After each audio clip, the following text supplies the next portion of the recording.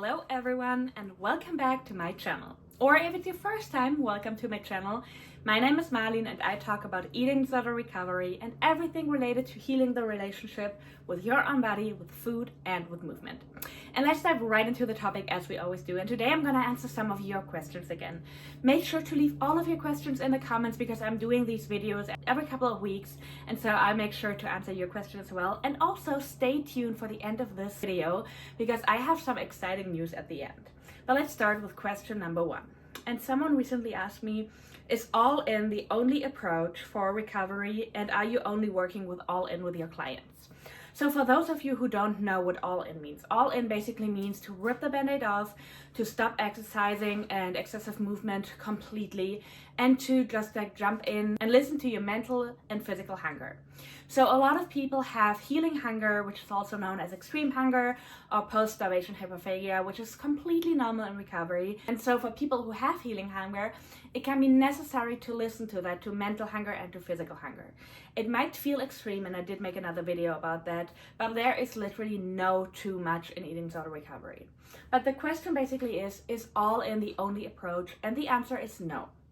I've seen a lot of people succeeding with the all-in approach because if you have healing hunger and if you have it or if you haven't had it in the past, you know what it feels like. It can feel impossible to concentrate on anything else. And I do think suppressing that or not listening to that can be counterintuitive. But at the same time, all-in is not the approach for everyone, especially if people, for instance, struggle with their hunger cues, or also if they get overwhelmed by the all-in approach. There are other approaches that can still work and that can still lead to full recovery. I know that I do talk about all-in a lot just because I know that so many people have healing hunger and that so many people have the wish to just get the okay for jumping right in and for going all in and listening to their hunger cues. But at the same time, it is definitely not the only approach. In fact, I've worked with people who had to take smaller steps, who didn't even have healing hunger or not to that extent, and who also felt overwhelmed. And of course, I always mention that please see a doctor when you're in recovery, because for a few people, there's also the risk of refeeding syndrome. Refeeding syndrome is actually way more rare than we think. I know that we hear about it a lot. It's actually not that common and it doesn't happen with everyone who's coming from a very low body weight, but it's still a risk. So of course, keeping in mind that refeeding syndrome is a risk, or that somebody who has heavily restricted in the past might just need smaller steps because the body is just not used to the amount of food anymore. These are just some things that play a role. But at the same time, also the mental capacity and what it feels like for you plays a role. So if I would start working with somebody and they're it really doesn't work for me, it's too fast, I'm overwhelmed, I know that I'm gonna relapse, of course I would never push them to go all in. I do work with all in just as I work with a lot of other approaches. For some people it is easier to slowly increase the intake, of course without counting calories, or letting a dietitian or a coach do that part. Some people have to challenge some fear foods first before they challenge the next ones. So there is no right or wrong. So to answer the question, no, I don't think that all in is the only approach that works. I don't think that you can only recover if you go all in, just because I've seen people recover without going all in the beginning or without doing all in overall. Every person is different, every eating disorder is different, and so are the approaches to recover. The next question is, should I still count calories in recovery? I just want to make sure that I'm eating enough. And while I do understand that, I am honestly not a fan of counting calories. When I was in one of my first recovery attempts that I, by the way, made another video about a couple of weeks ago, I told myself the same thing. I told myself, oh, I'm just counting calories to make sure that I'm eating enough. But it was actually subconsciously a way to not eat a certain amount or not eat over a certain number. And I would also always compare my day to the day before. So if I had eaten a certain number and I was oh, yesterday I've eaten less, I felt bad. Or it was the other way around where I tried to eat less than the day before. And these are just little ways where the eating disorder can sneak in again. I do understand that in some cases where people still struggling with their hunger cues, with appetite, it can feel like a safer way to count calories. So what I would do in that case, depending on if they have a dietitian or not, because a lot of dietitians have a great way of working something out with you without naming any calories, without calculating, especially dietitians who are eating disorder informed. Normally don't really work with calories. They might work with calories for themselves, but they will never communicate them to you, which I honestly think makes sense. And if anyone doesn't have a dietitian and really doesn't want to see one, or really doesn't have the option to see one, in that case, I would probably go with the good old 3-meal, 3 snacks plan. If you want to eat more, or if you're more hungry, if your body needs more, that's always fine. I'm never talking about, oh, that is the absolute limit, you shouldn't eat more than that. Honestly, a lot of people need way more in recovery because the body requires so much energy. But if you are someone who already struggles with their hunger cues or with their appetite, chances are that this structure can be helpful. And then I would probably also take a look with you and take a look at, okay, what are we eating? What are the snacks? How can we, increase a little bit of the intake? But I personally am not a big fan of calorie counting, just because for a lot of people, the eating disorder is very connected with counting calories. And even though you might tell yourself, oh, I'm counting calories to make sure that I'm eating enough, there is still a very big chance that the number will freak you out eventually, or that it gets a connection, that you try to eat not more than the day before, or also that you get super attached to the number. Even if the number should not have any emotional attachment, there's still a chance that you get very attached to that counting calorie part and that you will have struggles to get off it and to eventually eat intuitively. In recovery, eating intuitively is normally not what we right away focus on, which is actually another question that I'm going to answer in a second. But eventually that is the goal. And I personally just think that counting calories is not the right approach in recovery. This is just my personal experience. I'm not saying that it can't work or that there's never a case where it would make sense. But overall, from my personal experience from working in a clinic and from working with my own clients, I can say that normally that approach would probably not be super helpful, but there are other ways to make sure that you're getting enough energy in without counting calories. The next question, I said it before, is about intuitive eating, and this is, when can I start intuitive eating and how do I know that it's intuitive and that it's not my eating disorder? So the thing with intuitive eating is, intuitive eating doesn't necessarily mean that you're only eating when you're hungry and that you're immediately stopping when you're full. Intuitive eating is so much more. Yes, the base of it is to listen to your hunger cues, to listen to your cravings, and to allow yourself to have whatever your body needs right now. So if I just had lunch, but I still crave some sweets, I'm gonna allow myself to have this. Of course, if you're allergic to something, that doesn't really apply, but outside of that, it is basically listening to your cravings, listening to your hunger cues, but it's also way more. So for instance, if I am not hungry at 11 a.m., but I know I'm gonna work for the next 4 hours and I really don't have time to eat lunch, I will still have lunch even though I'm not hungry. And that might sound like, oh, that's not intuitive eating because you're eating even though you're not hungry. But for me personally, it is, because I'm making sure that I'm still getting my food in, that I'm still getting the energy in, because I will definitely need to eat lunch. I just won't have time later.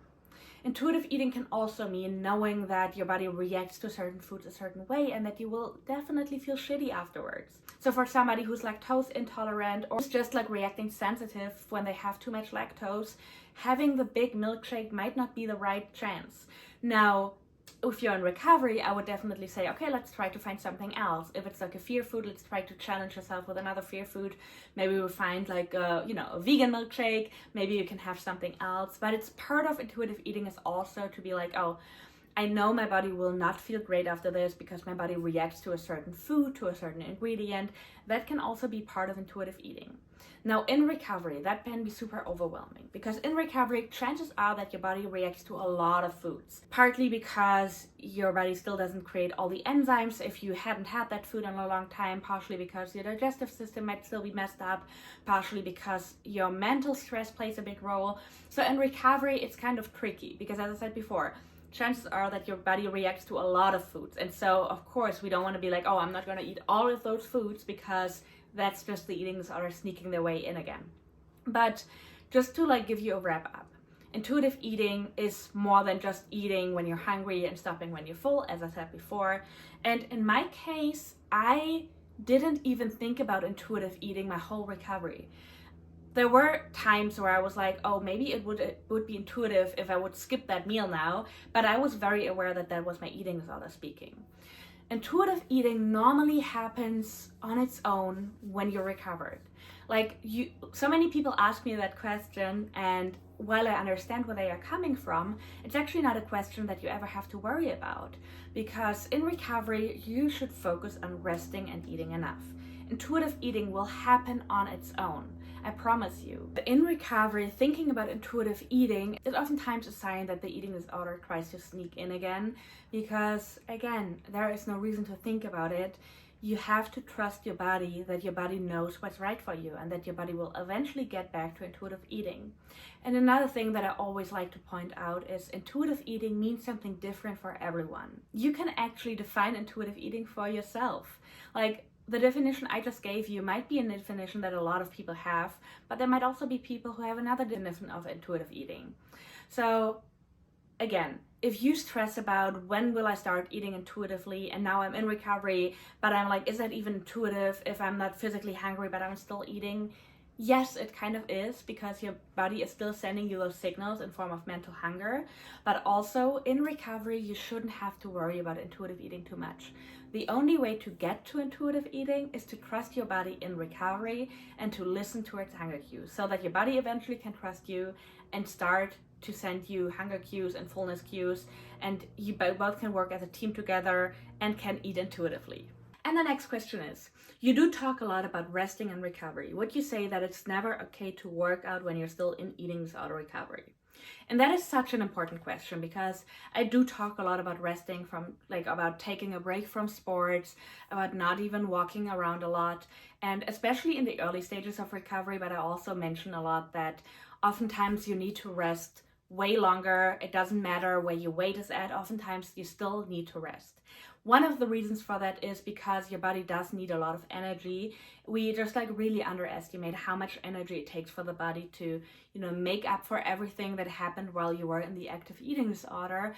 And so if we start to work out again, it can put more stress on the body, can release stress hormones, and it can also push the body back into a scarcity mindset again, where you make up for more energy again, and then your body feels oh, now we're in a famine again, and certain things can start over. And another reason is that a lot of people just connect certain workouts, maybe the gym, maybe working out overall, a lot with weight loss and with their eating disorder.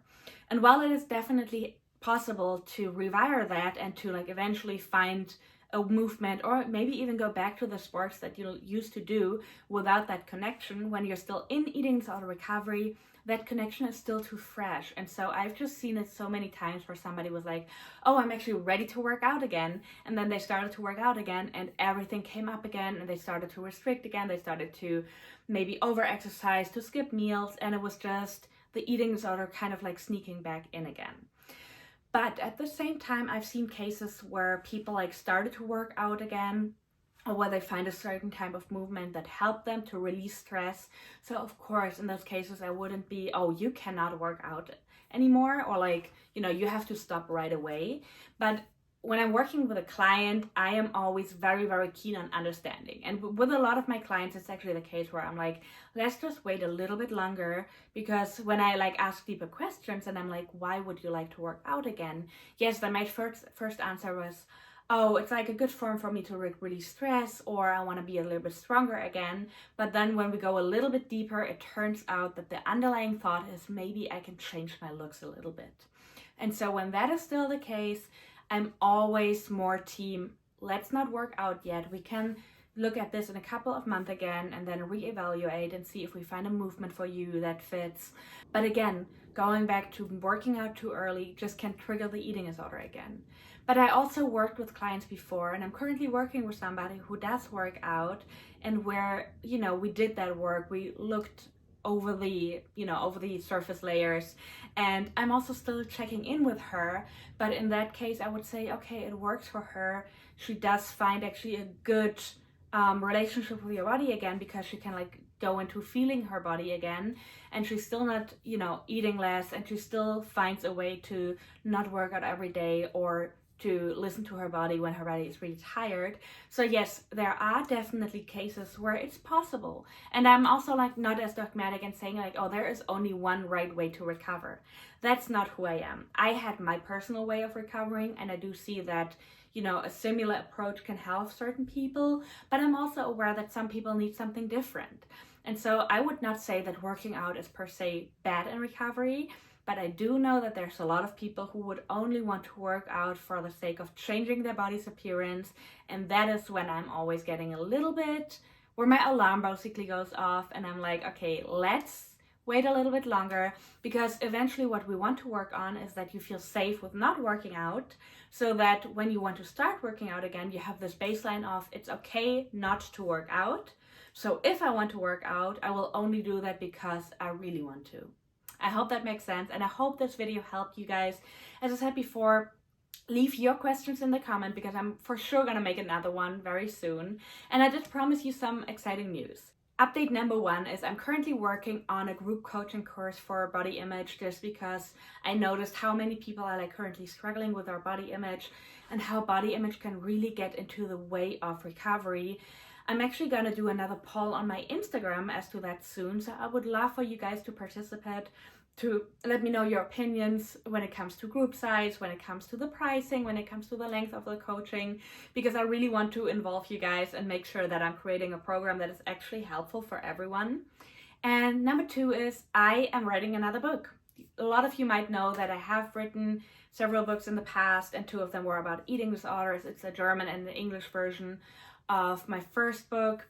But I'm gonna write another book about body image as well, which is gonna be a little bit more science-based. There's also gonna be a free ebook version, and then there's gonna be a longer version with workbook sheets and exercises and all that kind of stuff. So I'm super excited for that. I currently am not sure if I'm gonna go with a publisher or if I'm gonna self-publish, but I just wanted to put that out here because now that it's out, I can step back. It's always exciting, and I'm always getting a little bit nervous when I start projects like this, but I just decided to share that with my community because you guys are so supportive. And again, now that I said it, I can't go back. So if you haven't listened to our last podcast episode yet, that is out on Spotify, all shapes, no sizes, and we have some exciting episodes upcoming. So as you can see, we're working. And again, if you have any other questions, feel free to contact me. Send me an email, go on my website, send me a message on Instagram, TikTok, or comment over here, and I will see you in the next one.